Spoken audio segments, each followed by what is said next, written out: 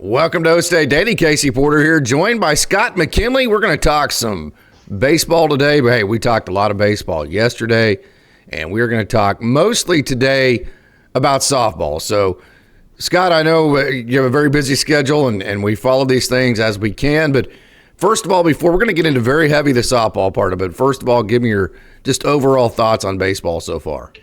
Well, it's kind of a mixed bag this weekend. We came out. We're facing very good competition. There's absolutely no doubt about that. We're not facing, the easy, the cupcake schedule, if you will. Yeah. The Clemson game. Hated to lose that one. I didn't think we didn't play poorly, but we didn't play good enough to win. That was kind of my thought on that. Then the bats really got hot and got going against Louisville. That was very good. The Texas game was, we were leading for a number of innings. Then we had that one inning, which, I'm sure it's probably been talked about ad nauseum. We had, one on a check swing. We thought that we had the guy out. We had the pitch before that. We thought we had the guy out. And then we drop a fly ball in right field. And after that, that just kind of let down the floodgates, and we kind of lost to Texas. But I think from an overall talent standpoint, the team's very exciting to watch. I think we have.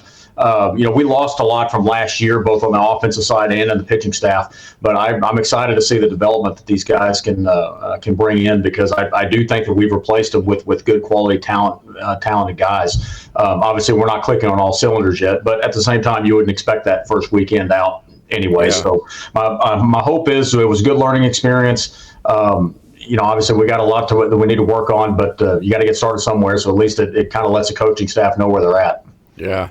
And, Josh is very good at building a team throughout the course of a season and not overreacting to like one weekend or one game or putting too much emphasis on the results early in the game. So there's always that battle between, hey, do you want to concentrate more on the process or the results early on? And we see the results can matter because it can be the difference between having Florida in your regional and maybe somebody who's not quite as good. So it's always that battle between process and results. Do you think he's got it right here? Is he placing enough emphasis on early results in the game, or are you glad that he's more process focused? How do you take that? I think overall, I've always, just as a general rule, I've always said you don't get better by playing people that are worse than you. You got to play, you got to challenge yourself, that kind of thing. But at the same time, I also think we need a balance, because I think you need to have kids that go. When a young kid goes into the box, he needs to have some success. Yeah. It doesn't do him any good to just do strikeout. Right. So hopefully, we got a midweek, I believe, coming up tonight. Down, I think we're playing Texas State this evening, if I'm right. Unfortunately, it's not on TV, so I'll be listening on 93.7. But yeah, so I think we need to balance that a little bit. Again, we saw some really good arms. I'm sure it exposed some weaknesses that we have, some things that we need to improve on.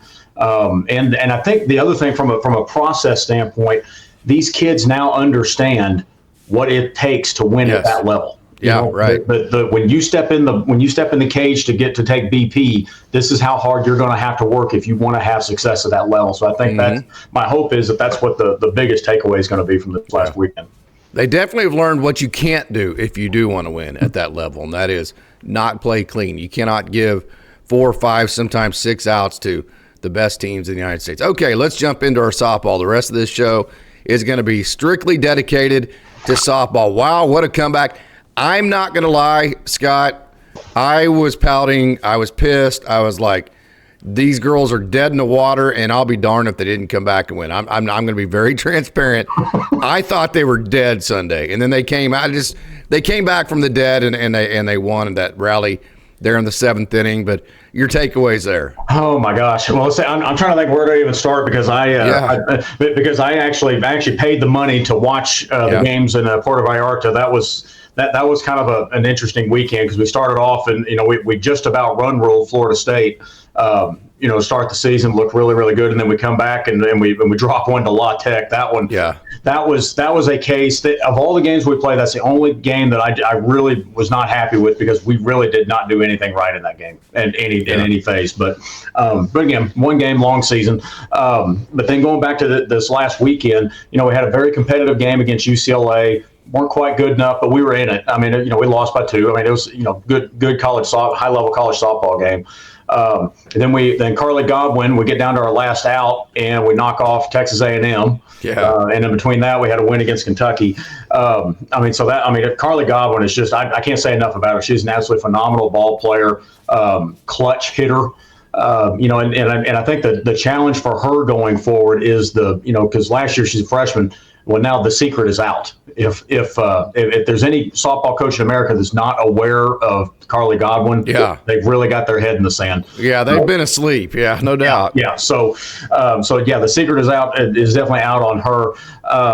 The Auburn game again. We couldn't get the bats going. We didn't pitch poorly. We didn't. We had a couple minor miscues on defense, which is something I think we probably do need to talk about and address. But then, my gosh, we come back again and look like we're down to our last out. Rosie Davis comes up big. The thing what I love most about that at bat is, and I think this is good for all the young players out there, is everybody loves hitting home runs. We're all seeing doubles, triples, all that kind of stuff. But how many times does it come up in any ball game, in a baseball or softball game? Man, just give me a single. We can literally win a ball game with a single here. And Rosie Davis did an outstanding job, and Cowgirls were able to come away with a big victory. I think if for anybody that's just tuning in and didn't see the competition we were playing, we're standing at 5-4, and you'd say, well, that's not very good. We have got to have played the toughest schedule in America up to this point. I mean, I can't think of anybody that has faced the caliber that we have faced. We placed top 5 teams. Almost all of our wins. I think we've only got maybe one win. One of our wins was not against a top 25 team. Yeah. So this team is we've seen some good arms. We've faced some good bats so far. So overall, I think obviously this team has talent. I do think there's a few pieces that we're having to figure out, who's going to play the role player here. Some other things with the batting lineup. Some things are set. Obviously, I think you want Delgadillo at the top because of her speed. Obviously, I think Godwin in the 3 holes is definitely where you want to have it. But I do think there's some other spots that we need to look at. And I think the biggest challenge we have going forward is nailing down who's our number 2 pitcher, which as of right now, I think it's Katie Coots. It's got to be. Yeah. At least from what I've seen so far. 100%. Katie Coots actually has the best ERA on the team. She got both wins again, and if you remember in both of the walk-offs, she was the one who actually got the wins in both of those games. Yeah. Katie Coots on the year, 1.84 ERA. Now, not totally efficient all the time. She needs to throw the ball in the strike zone a little bit more. Her whip, walks, and hits per inning is pretty high at 147. That's the process part of it. The process is you say, well, if she continues to walk people, her ERA is not going to be 147 or anywhere close to it. But bottom line is the results have been fantastic for Katie Coots. I love watching Ruby Malin pitch. You talk about I didn't know where the Cowgirls were going to get that leadership. They lost it, a lot of leadership from last year. And, man, it looks like Ruby Malin has been pitching for this team for 100 years, and it looks like she just immediately walked in and said, this is my team, and let's go, get behind me, and let's go make it back to the College World Series. I just love the way she pitches. Yeah, she is definitely, you can tell she's a fiery competitor, if you will. She's got a great fastball. She works her off speed very, very well. Malin, the term I would use on it is as advertised. She is definitely as advertised. She's got every tool that you're looking for in a big time college softball pitcher, and I think she's going to have a very successful season. Yeah, and Lexi Kilfoyle was kind of that real chill, just never got too excited, and then Ivy Rosenberry was the one that would always get fired up and hey, let's go. It's like Malin kind of has a little bit of both of those two in her, doesn't she? Yeah. It's like I said, she's got a very unique skill set. The other thing, she's very tall. I think she's 6 feet tall. She's very strong. She explodes off the pitcher's plate. You can tell when she's throwing her fastball. But again, hides her off speed very well as well. She throws very nice drop ball. And the other thing I like is when she misses, she doesn't usually have too many bad misses. Now she's given up a couple of home runs, but over the course of the season, that's going to happen. I think the main thing that we've got to look at, and this is for the overall pitching staff, is it's one thing to give up a home run. It's another thing to give up a home run after you just gave up 2 walks. Yeah, no doubt. I really think that's the key with this pitching staff. Because Malin is a phenomenal strikeout pitcher.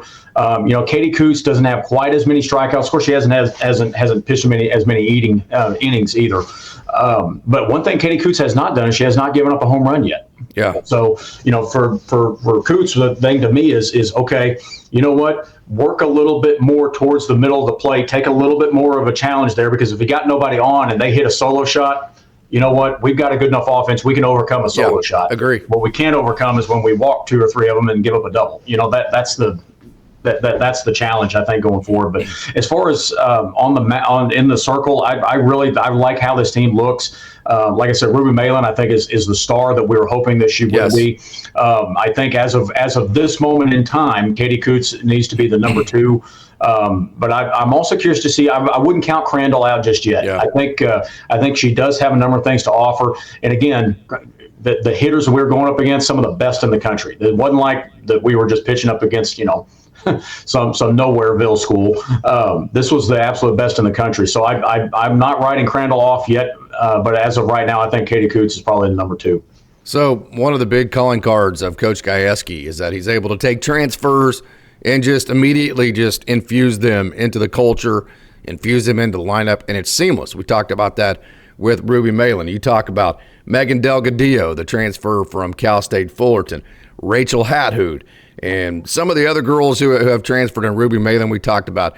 So the new girls, talk about them and how well you think they have kind of infused themselves in with the Michaela Warks and the Carly Godwins and the Rosie Davises and the Tia Warsops and the Claire Timms and the Talon Edwards, and how that's all meshed for you so far. Well, I'll tell you, let's start at the top with Delgadillo. We knew going into the season that everybody was talking about how fast she is. She swiped 8 stolen bases so far. Still has not been thrown out yet.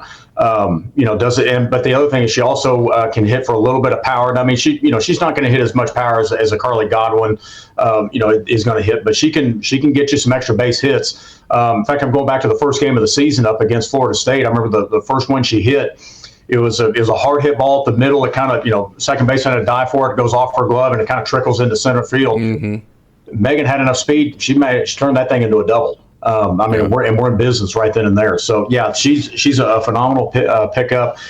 Rachel Hathood has really meshed well with the team as well. Has come up with another couple some clutch hits at hitting at the same time as well.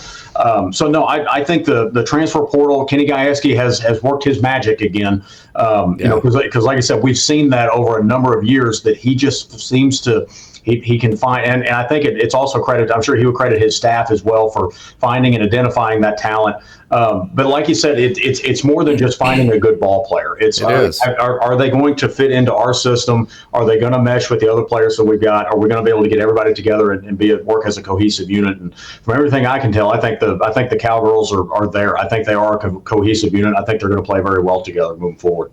I think we all agree there's lots of potential here. There's potential to be as good as the ladies were last year, but got to clean up the defense. What's going on with the defense? Yeah, I mean, we got to address it. Yeah. I don't mean to be negative. We got to address it. Yeah, we've had a number of throwing errors. I don't know if we're just panicked in the moment. But it's one of those things where one thing goes wrong and all of a sudden it becomes a snowball effect, and all of a sudden it's like a case of the yips almost. Don't use that word. No. I know. Yeah. Well, and I think a lot of it is just, things happen very, very quickly in the game of softball. Yes. It's not, you don't know exactly where the ball's going to be hit on every single play. You have to be ready for it to be hit to you at all times. I think the thing what we need to realize is that on defense, we don't have a lot of times. You don't have to make a great play on defense. You just have to make solid routine plays. The analogy that I've always used is very rarely do you get yourself beat because you didn't make a diving catch to rob a home run and fell over the fence, right? Mm-hmm. You lose because you misplayed a routine ground ball to shortstop, or you at third base you had an easy throw to first and you just double clutched twice and allowed the runner to beat it out, or you made an errant throw. So I think that's the thing to me is we just got to get back to, look, girls, if it's a routine play, just make the routine play. That's what we've got to get back to. We don't have to be superstars where we're diving all over the place. I mean, yeah, that may make the highlight reel, but what really wins ball games is just making the routine play every single time. That's what we got to do. Why does it seem like the offense still needs to come around, but yet you have three girls that are hitting? Cardi Godwin, 481. Tia Warsop, wow, how good has she been? 4.6, very pleasant surprise there. Not that we didn't think she was a great player, but still, 467. I don't think anybody expected that. Megan Delgadillo, I think people did expect that. So three girls over 400, and then three more that are also over 300. Rachel Hadhoud, you talked about her. She's at 353. Rosie Davis, who had the walk-off Sunday night, 333, which I think there's a lot more in the tank offensively for Rosie Davis than 333. And then also I think there's more in the tank for Talon Edwards, who also is hitting that same 333. So early in the season, it was like we would score 8 runs and then no runs, and then 8 runs and then 6 runs and no runs. But the last couple of games, it's been like 6, 4, and 4. So it was feast or famine early. It's been a lot more consistent late. But why do I get this? Why do I have the overarching feeling that the offense still hasn't come around yet, although you have 6 girls hitting over 300? Yeah, I think that's a good question. And to me, the answer I come up with is one, we're facing good pitching, and it's hard to square them up. Because you're not going to, last year, we thrived on the home run ball. But I also think that some of this was a little bit strategic by Kenny Gajewski, because that's something we talked about last year. Is we thrived on the home run ball, but then when we got to the World Series and we would face arms that, let's be honest, it's going to be very difficult to hit it out of the park. You still got to be able to hit singles. You got to be able to bunt, which that's something else that I've seen a lot more of out of the Cowgirls so far, is our bunting, our small ball game. We've been utilizing that a lot more, and I think, in my opinion, I think that's strategic. We're learning that, okay, we've got to be able to execute when we need to get a bunt down to move a runner. We've got to be able to execute and be able to score in multiple facets. I do expect, as we move forward, I do think the power is there with this team. Rosie Davis can go deep. We know Carly Godwin is always a threat to go deep. Megan Delgadillo. I do think the power. Michaela Wark can go deep as well. And there's several others we know can hit for power. But I really think that the focus of this team is we've got to be able to score in multiple different ways, because there are going to be games where, you know what, it's going to be really hard to hit to go deep 3 or 4 times off of a really good pitcher. We've got to find a way to play small ball. Yeah. So pitching, defense, and timely hitting. So I think you have the pitching there, Ruby Malin. You have the balanced offense, and I call it dynamic. Dynamic meaning what you just said. You can do more than one thing offensively. You can do several different things.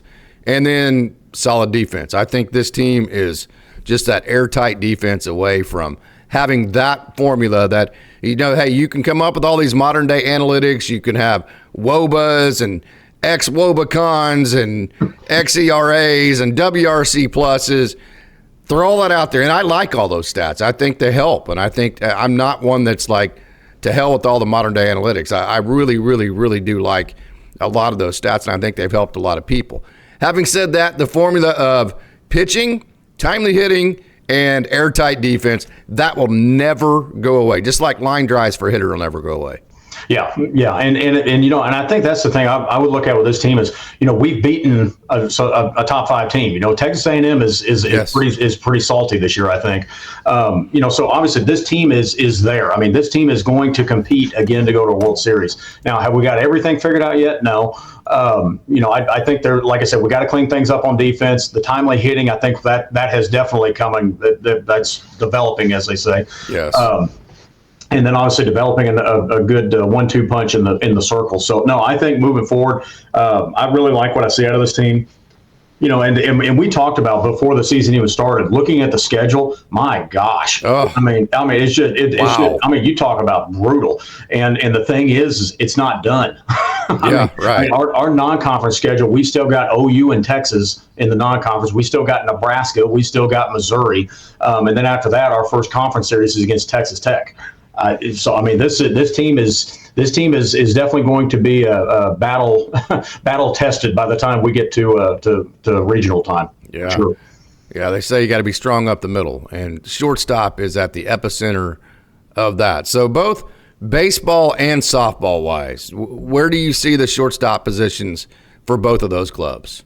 Megan Bloodworth, I think, is pretty entrenched at shortstop in for the Cowgirls. Early in the first few games, I had seen that her offense was improving. And there's some other things that I've also seen Megan do that I also liked. In the Puerto Vallarta series, she had one where she forced an 8-10 pitch at bat and then worked it into a hit by pitch. Yeah. I think there's a lot of good things that are coming out of that. Again, still would love to get more offense, but at the same time, it's one of those things where there's a strategic decision that has been made that we need to be solid up the middle. And obviously Rosie Davis does a great job at second base. I think I'm okay with that. Obviously, I'd love to see Megan be able to produce a little more offense, but she's turned into pretty good at bunting, which and again, depending upon the time, that's what we need. And the thing is, if you can bunt for a hit, you know what? It's as good as bouncing one off the wall and you get, you know what I mean? Just get on base, find a way to get on base somehow, and make sure we shore things up on defense. As far as baseball goes, like I said, I really haven't had a chance to watch much this last weekend. But what were your takeaways on it? Yeah, Avery Ortiz is a really good player. I'll be interested to see where I think there's options there. So one kind of the reason why I say that, not to have any kind of doubt whatsoever in terms of what's happening or who has been chosen at this point, just because Josh does such a wonderful job of creating open competition within his club, and you have to earn everything you get in terms of the playing time that you get on this team. So I'll be curious to see if that's a position that is opened up to competition throughout the year, or if that actually was a decision that Josh made. Hey, Avery Ortiz is our guy. We're going to stick with him the entire year. We're going to live through the ups and downs and the bumps in the road. I'm not saying that Avery Ortiz isn't supposed to be the guy or should be the guy or isn't good enough. I love Avery Ortiz. I'm very curious to see if that actually is a permanent decision that's already been made, or if you're going to see a Brock Thompson or an Aiden Miola or somebody else actually open that competition up. Okay, so the last topic here for the softball. So what if I were to say to you, yes, okay, you played a tough schedule, but hey, this is a results-based business. This is a results-based type of season, right? And you are 5-4. That's the results of it. And you don't, of course, you do play OU in Texas, but you don't have the entire series to make up all those RPI points as far as the end of the season. Like Oklahoma State went into Norman last year and beat OU, and that really just kind of jumped them up. So if you don't win more than 500, if you don't go more than 500 with these early season tough games, then the Cowgirls will have no way of jumping up through the rankings if they drop too far early. How would you ease those concerns if you're a Cowgirl softball fan? I think the way that I would look at that is yes, okay, so when we get to the regional, yes, you want to get a good seating, you want to be able to host all of those things. But in my opinion, what's more important than anything else is make sure your team is actually, because because those rankings are arbitrary. At the end of the day, you know what? Let me ask, would you rather have the lowest ranked team that just got into the NCAA tournament, but you actually have the best team that's in the tournament, or would you rather have a team that's somewhere in the middle and you got ranked for that? So you get an easy route to the World Series, but then once you get there, you got nothing. You don't have the team. So I think the whole focus right now is that what I really think Coach D is doing is we want it to be when we're here in a couple of months and we're looking at possibly going back to the World Series, we want to have a team that is battle tested, they're as strong as they possibly can be, that they're not going to be afraid to take on anybody, anytime, anywhere. I think that's what we're doing right now is we're trying to build a team that may not be the top team in February, but it may be the top team in June. That's what we're trying to work towards. Yeah. Have you had a chance to see any of the other teams in the Big 12 much? I saw Arizona the other day. But other than that, Arizona is a good, credible ball club. Texas Tech has been a little bit up and down. They have a couple of good wins. Then they also did not play well. At least the one game that I saw against Texas did not play very well in that one. Baylor did not play very well at all against OU. Which again, OU's the cream of the crop. We know they're really good. But other than that, I saw Kansas lost a game or two. The Big 12 is going to be kind of an interesting thing this year because really it's the top two teams are clearly Oklahoma State and Texas Tech. But I think the other thing that comes into it when we're also finding out with Cowgirl basketball is you still got to win the game Yes. that you're supposed to win. We can't just hang our hats on, okay, yeah, we hung tight with UCLA, we beat Florida State, we beat Texas A&M. This weekend I believe we're going to be going over to Conway, Arkansas, up against some competition that, frankly, we should win every game that we go out there, and that's the way that we need to approach it. Because you're still going to you still got to win those. Because looking forward to regional time. Okay, let's say we do what we're supposed to do. We get a good seed. We're at home. Well, you know what? You may be facing a team that is inferior, but if you don't pay attention and win that game, now you got yourself in a hole, and it doesn't matter that you beat somebody good. So I think it's going to be very interesting. I'm very interested to see how the Cowgirls play this weekend. I would like to think that we will start seeing those offensive numbers come up this weekend. Also like to see that the strikeout numbers, the walk numbers should be coming down on the pitching side, because hopefully, and again, what I'd like to see us do is let's throw more strikes, particularly when we got nobody on. Don't give up that leadoff walk. Take a little bit more risk. We've got, and again, we're going to practice defense. Make sure we have good we're going to play good defense behind you.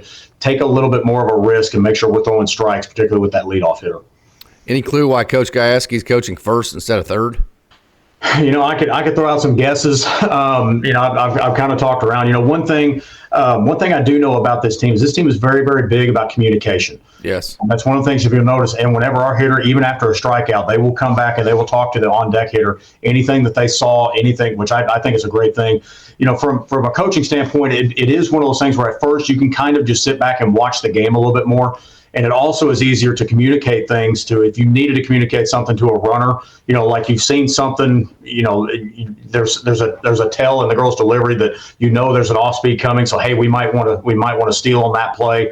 Who knows? And at third base, you're actually having to really make decisions, as to, okay, are we sending players home, or are we holding them up?